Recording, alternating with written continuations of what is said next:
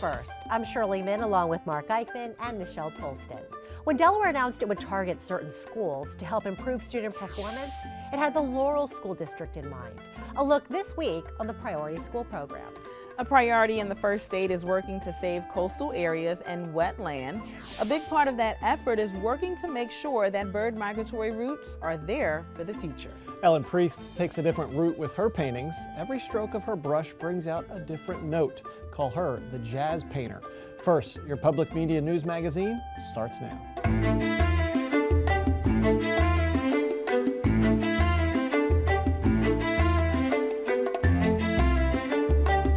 Delaware's so-called priority schools have largely struggled to improve since their designation for possible closure in 2014 by then-Governor Jack Markell. But one school is showing others the way to proficiency. Delaware education reporter Chris Barish has our first look this week. Hey, Chris. Hi, Shirley. Deep in southern Delaware, one school and its governing district is using a simple but structured formula to achieve success.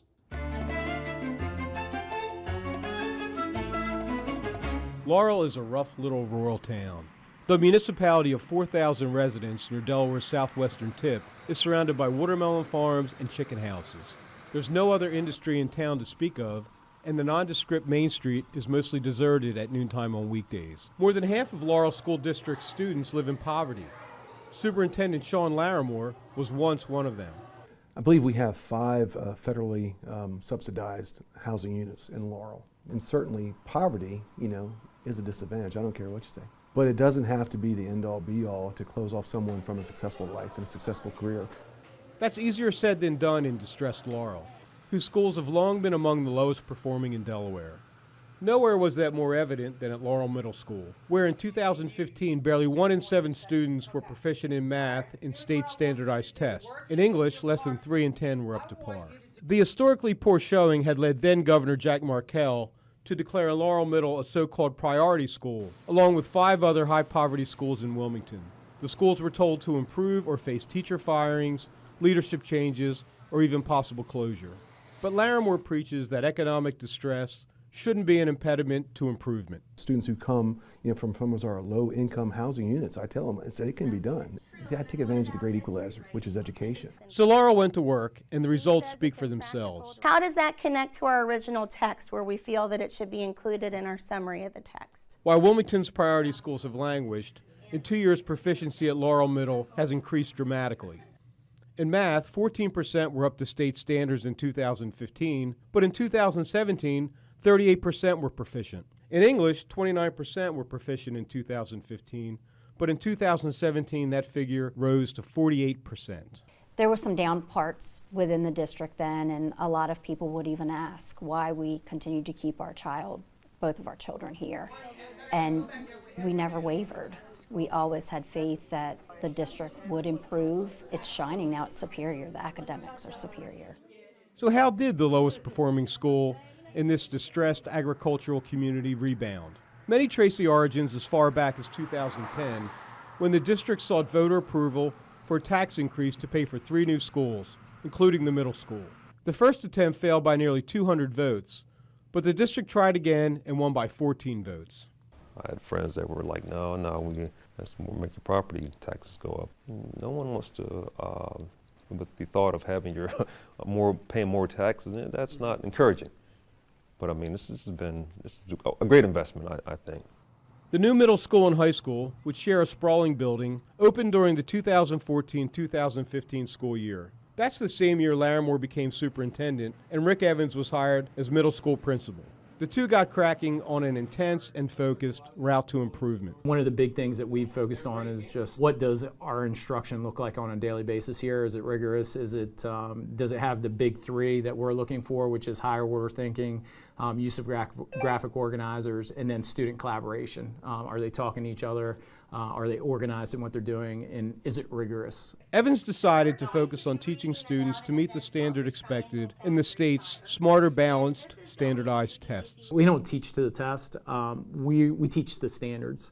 And the test is based on standards. But what we do try to do is to is to provide on a daily basis the rigor that they're going to see on that test. You know, I'm a firm believer that you know, the old sports analogy, you know, the practice should be harder than the game. Students were nervous at first, but adapted quickly. Everyone was kind of scared. We're like, oh my gosh, we're gonna this is too hard for us, but we got the hang of it. We had to adjust to ourselves. We need to start thinking out of the box. We can't be thinking the simple things. We have to go higher than that. Evans and Larimore and their staffs also decided to invest more resources into the heartbeat of every school, the teachers. Why I think this is a simile versus a metaphor. They're the constant in the room from year to year, day to day. So we wanted to put money into making them the best teachers that that they could be. You do what we call flexible grouping all the time. Professional development meetings are held every morning, and educators from the University of Delaware visit periodically to work with teachers on curriculum and strategies designed to get the most out of students. Problem and say, okay, could I make a table out of this problem? Could I draw it? They come in and they work with the math and language arts departments, and basically they're taking a look at our curriculum, our lesson plans, and then they're adding any new innovation to it. If you notice, we have a new essential question, and it is, why is using a variety of sentence structures important? It has allowed me to grow tremendously just by having this time, this collaboration. Allison Travers, a project manager for UD's Academy for School Leadership, says Laurel's approach could be a model for other struggling schools to emulate. The neat thing about this partnership is that the school and the district really bought into a common plan. There was one mission to turn around Laurel Middle School. Everyone understands what their focus is, educationally, academically, and behaviorally, and everyone's working hard to make that mission happen. Okay. How many people totally got 540 over 100? Nice job today.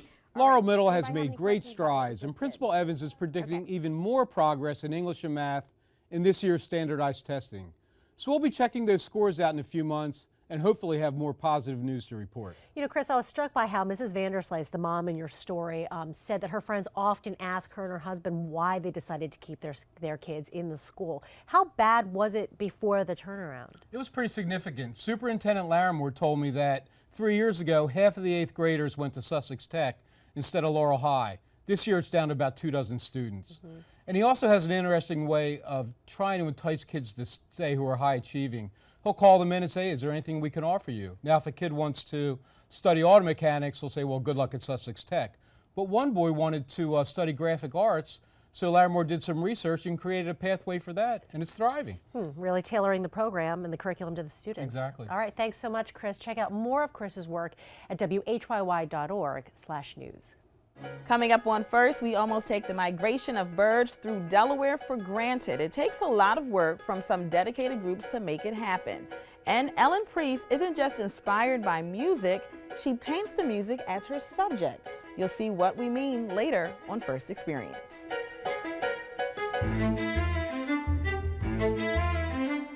Several years ago, Senator Carper suggested that the federal government should look into regulations for a relatively obscure idea, virtual currency. The most popular virtual currency today is called Bitcoin. Today, Bitcoin is all you hear about, but do any of us understand it? Here to discuss it is John Collins, who at one time worked for Senator Carper and has also worked as head of policy for the digital wallet provider Coinbase.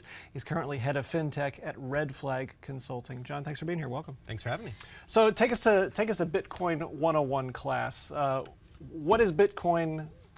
How is it used? Why is it all the rage? It just seems like everybody's talking about it. So I think people need to understand how the internet works, or think about how the internet works, which it's a series of protocols. Some of those protocols allow for email, some of them allow for video conferencing. Bitcoin allows for value transfer. And the way it does that is it runs via blockchain technology. And people probably hear about blockchain technology all the time. Right. Blockchain is just a way that computers that are connected to each other can reach agreement over shared data. And Bitcoin runs on blockchain. It's an open blockchain, which means any person or user in the world that wants to interact with it can. What people really need to understand about the innovation, beyond blockchain, beyond Bitcoin, beyond all the other buzzwords that they hear, is they need to think about the way digital information works and how it's accessed and how it's transferred. So traditionally, if I created a digital document, for instance, I wrote a letter and I emailed it to you, I would have a copy of that, but so would you. Right. Think about the way that cash works. If I have a 20 and I give it to you, I no longer have that 20, but you do. That transfer was never allowed or technically possible before Bitcoin. And so that is the real innovation there. It allows for digital asset or file or any kind of information to be recorded via this ledger and transferred from user to user. So okay, I want to get involved in Bitcoin. It seems like a lot of people are putting investment into Bitcoin. How does one go about doing that? Is it a wise thing for somebody to do at this stage who has no idea really what Bitcoin is? So I think if you look at the original conception of Bitcoin, it was supposed to be basically a decentralized Visa or a peer-to-peer electronic cash system or payment system. What has developed for a number of different reasons, including just consumer behavior for individuals who've interacted with it, is it's now being treated as a digital asset or speculative commodity. Right. What I would advise people to do is read about it and do the research. There's a lot of research that's being done at places like the Berkman Klein Center at Harvard, where I'm affiliated, at the MIT Media Lab, and other places like that. So you worked at Senator Carper's office. As Bitcoin, virtual currency was really first being, I guess, popularized and coming about. Why did he take an interest in it, and kind of where was it left when you were working with him? So I think if you look at the work that the Senate Homeland Security Committee did in 2013, Bitcoin at that time was around $60. Today it's around 11,000. Who knows what it'll be when this airs? But right. What the committee aimed to do was look at it from two vantage points. The first was the Homeland Security piece. You have this technology that potentially can allow for money laundering, all sorts of bad actors doing illicit things that illicit actors do with the financial system. Right. On the other part, you had individuals like Mark Andreessen, Union Square Ventures, other big VC firms and companies in Silicon Valley saying this is the next internet. So what the committee tried to do is sort of relieve the tension or examine that from both sides. So we worked with law enforcement, we worked with financial regulators, we worked with industry, we worked with foreign governments around figuring out where is the government collaborating and coordinating on this in the US? Where are the risks? How do we mitigate them? And how do we allow for innovation to flourish where it can?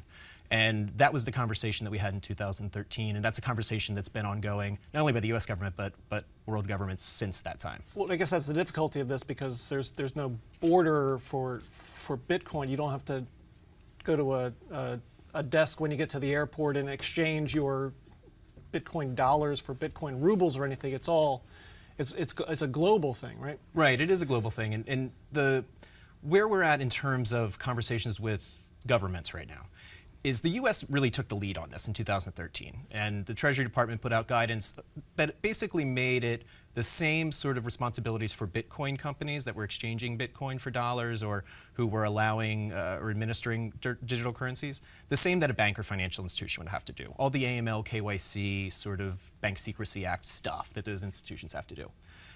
That is basically where the regulation has sat since that time. And only Europe is now following up on where the US was in 2013. Because of the rise in attention and because of the rise in price, there's going to be a meeting of the G20 in March where the French and Germans have put this on the agenda. And it does seem like there's a push for some harmonization between countries, which seems probably like a good idea. Looking back through monetary history, can you think of another phenomenon that's kind of captured world attention when it comes to monetary policy like Bitcoin? I think obviously there is a tendency to compare this to tulip mania. I think this is very different because the underlying technology which Bitcoin is built on, and because it allows for a real digital asset to be transferred instantly across the world without a central intermediary, is very different than a tulip bulb. And so obviously there have been a number of times throughout history, monetarily and economically, where you have various bubbles and various asset classes. And this is probably no different, but the underlying conversation that people are having via the technology and what it can do and the applications that people are building on it in the same way they built on the internet and in the same way we had the .com, hype and bubble, it led to a lot of really interesting products and applications and solutions for people. All right, lots more to come on Bitcoin. John Collins, thanks so much. Appreciate it. Thank you very much. It's John Collins, the head of FinTech at Red Flag Consulting. Hopefully we're all a little bit smarter about Bitcoin, but a lot more research to do, I think, for a lot of us into this issue. Thanks for being here. Appreciate it. Thanks so much. We recorded that interview a couple of weeks ago. The Bitcoin and calls to regulate it will be something that will follow in the future. You can check out First online at video.whyy.org. We have a variety of WHYY and PBS programs there as well. Look for the First box, click on it, and watch any of the 400 programs we've produced over the years.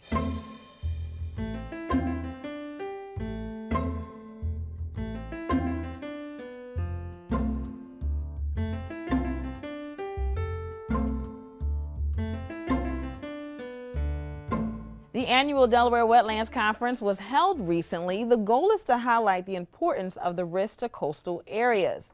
One risk environmentalists are always looking at involves shorebird migration. There are groups in the first state working hard to preserve this important bird rest stop. I am Kate Hackett. I'm the Executive Director at Delaware Wild Lands, and we are a nonprofit land conservation organization. And what we do is we purchase land, ensure that it never gets developed, and then restore it for wildlife habitat, for bird life, for freshwater wetlands, for reforestation, whatever is the particular need in that location. We were founded in 1961, and the founder wanted to ensure that this beautiful estuary was never ever destroyed by industry, by commercial, by pollution resulting from development. So this is the Roberts Farm. We acquired this property a year and a half ago, and it was a home run for us because this property was originally slated for about 400 homes. So this farm is 1,250 acres, which in a developing state and in rapidly developing southern Newcastle County is really a home run. We don't see tracts this size to protect. So we have all types of bird life that depend on this. Waterfowl, we have shorebirds that are starting to come here, which is really fun for us. Delaware is very well known for our shorebird migration. We're located along something that is called a flyway, and basically that's an interstate highway for birds. And we are now able to manage some of the ponds and some of the impoundments on our property to support not only waterfowl, but to create mud flats that the shorebirds need during this time. And this is our peak migration right now. So they come, they fly along this super interstate, and then they stop here, they land, they rest, they feed in the mud flats, and they continue on to the Arctic where they will breed later this year. And one of the reasons we get shorebirds is because those horseshoe crabs crawl up on the beach and they lay their eggs. Just as the shorebirds are coming through their migration, they stop and the shorebirds will eat the horseshoe crab eggs and beef up, get some of their weight back before they start this or finish this 3,000-mile journey that they're on to their breeding grounds in the Arctic. So what we just saw were 10 or 12 glossy ibis coming out of the marsh, and now we can see some of them flying and starting to rest in the tree. They are migratory birds. And you can see an ibis, or tell an ibis, because it is very dark in color and it has a long curved bill that's used for getting insects out of mud flats. There are two reasons this type of habitat is particularly important. So this type of habitat provides a food source for our bird life, both waterfowl and migratory birds. And if we don't provide that food source, we won't see that wildlife anymore. We won't see those birds, they won't come around. But the other piece is these marshes and freshwater wetlands do the same thing. They're actually like the kidney of the landscape. They are the resource that purifies our water and also provides some level of storm protection. So if we have another Hurricane Sandy that comes to Delaware and hits us this time, if you look at this, this is what it's going to hit instead of the houses that are in a spot. And so we will be able to isolate or buffer some of that development with the marshlands that can store that storm water and protect us. So those two pieces together are really critical to make sure that we protect those marshlands now, but also into the future. You don't have to rely on Delaware Wild Lands to preserve our natural resources. You can help too by participating in citizen science projects where you collect data for organizations like Delaware Wild Lands so they can use it in the future. Small businesses are touted as a key to a growing economy. The head of the Small Business Administration was recently in the region to discuss just that, along with business contributor Dace Blaskovitz. Welcome to the segment. Thank you. Thanks for having me. Let's start at the beginning and give a shout out. Kudos to the local office, SBA Delaware, John Fleming, District Director, right? Record 16, record 2017. What do you say, boss? Congratulations, and keep it up. No, they're doing a fantastic job. It's a small office in Delaware. I think there's 6 people, and they are just knocking it out of the park all the time. You're here because it's SBA Ignite Tour. What's that all about?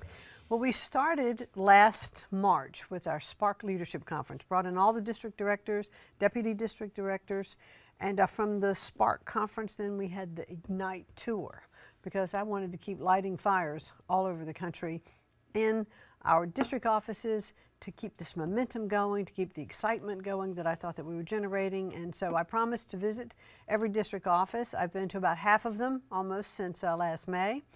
And by the end of this year, we'll have gotten to every district office and combined those visits with business tours, business roundtables, enjoying meeting all the people in the district office, because those folks are the ones on the ground. Our outposts, if you will, our field offices are the ones dealing with our consumers, with our lenders, with our customers, and they're the voice of SBA, and they're the face of SBA, and they make the success of SBA. Talk about the importance of small business and Delaware small business in America. I'm going to steal one of your stats. 2 out of every 3 net jobs. Net new jobs in the private sector are created by small businesses. And we have about 99% of all businesses in the country are small businesses. And over half of the people who are employed by small businesses. So small businesses really are the backbone of the economy. They're the engines of the economy, and it's so important to be able to have them start, create jobs, or to grow, and to transition into bigger businesses. Priorities and vision, as the administrator, how do you answer that one? My priorities, are to make sure, first of all, that we have everything in place at SBA that we need, that it's running efficiently and effectively as an organization, and so we've spent some time doing that, and I'm very pleased with where we are. And I want to see our loans grow. I'm more focused on growing numbers of loans than amounts of loans, because the numbers mean we're servicing more people. So I want to see more business start and grow and succeed.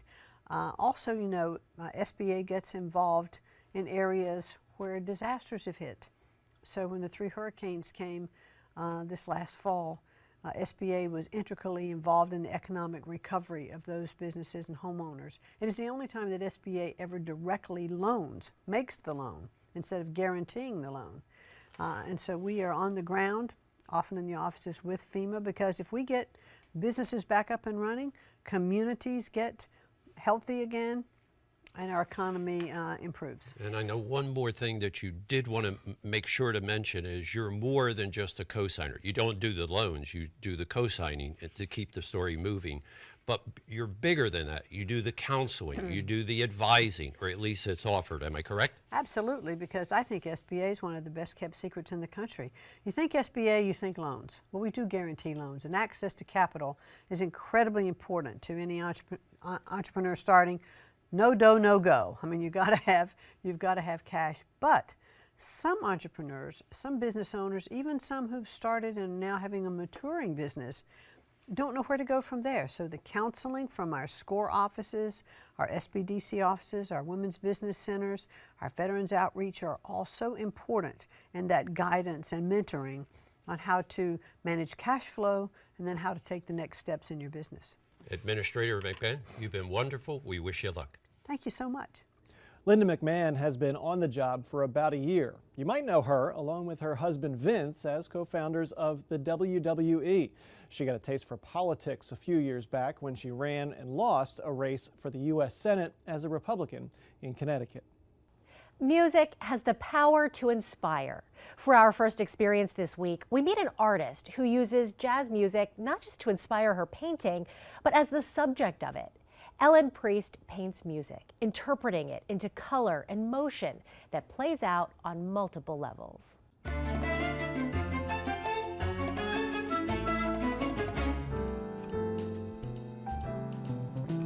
My work obviously is abstract. It's all based on jazz. And I use jazz as my subject matter. For me, it's like a mountain landscape or a person sitting for a portrait. So these are really pictures of the music. This current series, it's based on an hour-long jazz suite called The River by Ryan Cohan. In this music I can hear African, I can hear New Orleans, I can hear Aaron Copland, I can hear Chicago blues. Conceptually, each of these pieces, each square is one measure, and that's how I build it structurally. So then the next step is that I start painting brush studies. And the brush studies are less than a minute. I have a stack of paper on my big work table. I'm building a language of forms for that series. So then that becomes my vocabulary. The next step, I'm literally transferring the image with an art carbon paper and a stylus. And then I paint into that as if it's one image.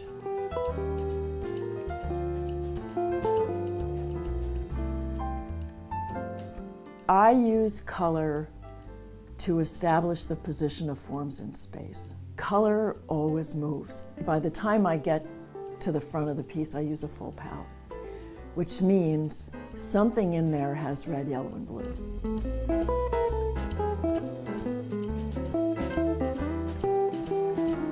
The title suggests to them that it's about music. But even if they haven't heard the music or anything else, they say, wow, this is really musical. So something's getting across. The point of it is that the jazz evokes in me, as a listener, what I would like my work to evoke in its viewers.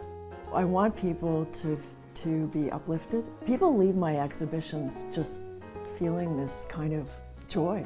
That's what they've said to me over and over and over.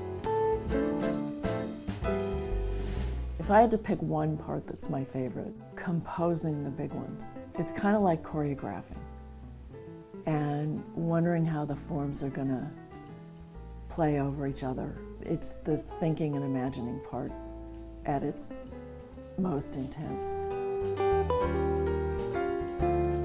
Jazz can transform all kinds of difficult emotions into something you can deal with, and it brings joy into things that may not have joy. Somehow I seem to be capturing that. There is a rightness to it. At some level it goes ding. You know, I don't know. It's mysterious even to me. Ellen has been working with jazz music since 1990 and has had gallery shows of her previous work. You can check out the progress of the current series and get news when it goes on display by visiting her online at ellenpriest.com. Next week on First, we present a history of Delaware State University. The Delaware Humanities commissioned the video, which gives an interesting look at the beginnings of this historically black university and a little peek at Delaware history at the same time. So check that out next week. And that's about an hour-long program, and as part of the program, we'll hear from interim DSU President Wilma Michoud.